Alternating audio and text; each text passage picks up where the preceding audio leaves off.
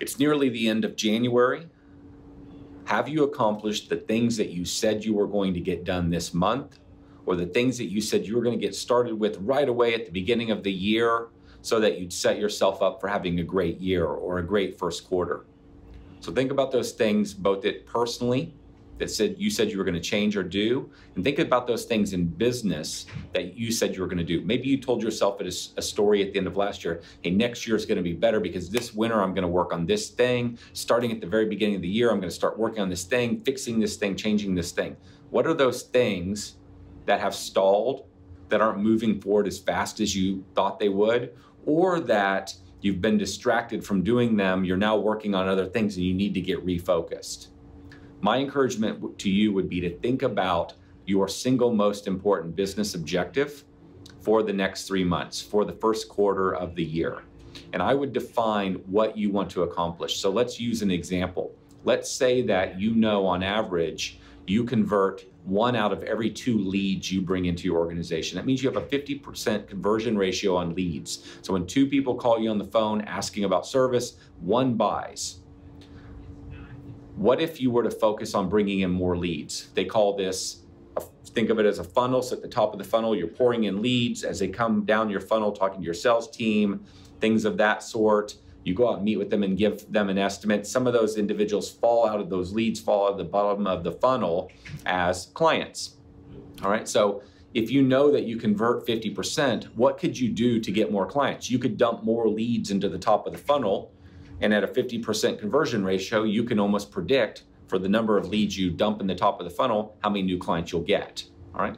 So if there's one thing to focus on, maybe it's not on getting better at selling or getting better at estimating because you're already converting at 50%. I'm not saying you don't eventually work on that. The biggest lever is to right now work on getting more leads in January, February, and March. Because if you dump 100 more leads into the top, you're going to get 50 more lead sales out of the bottom, assuming some process doesn't break inside your organization that drives your conversion rate down.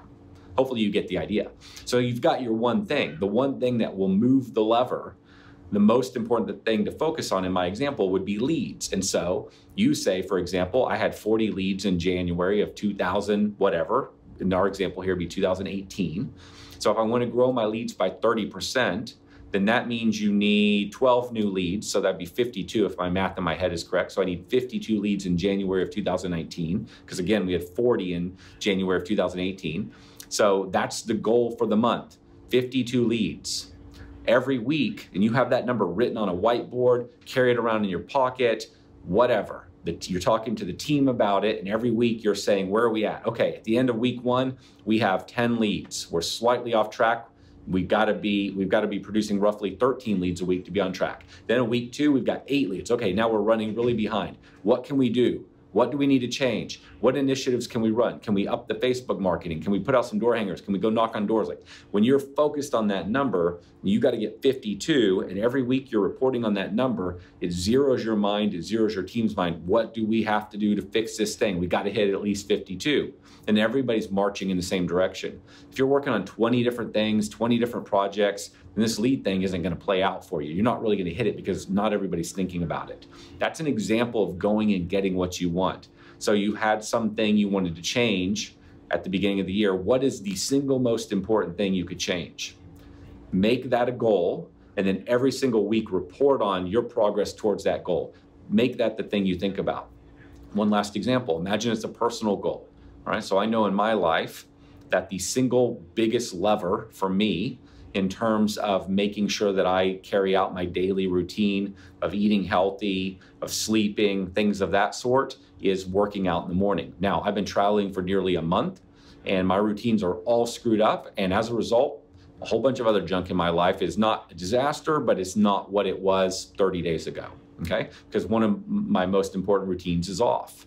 And I know, and it's really not even been, I've not even been perfect at this routine. It's actually a goal for me to get even better at that, because I'll go back to what I said. I know that my lever is working out. So I'll give you an example. I was in Boston for 7 days. During those 7 days, I didn't work out. Well, I worked out one time. The night I got the least amount of sleep, like 4 hours of sleep. I got up and did a CrossFit workout at 6 a.m. And that was the day I felt like I had the most energy, even though it was also the day I got the least amount of sleep. But that's an example in my life of how getting in that workout really makes me feel better. It changes my mindset. It's the lever. And as a result, then you eat better later in the day. Then when you sleep later at night, you sleep better. Everything piggybacks on that one decision. So for me, I know that is the single most important thing in my life that I will admit on video that I've been screwing up lately.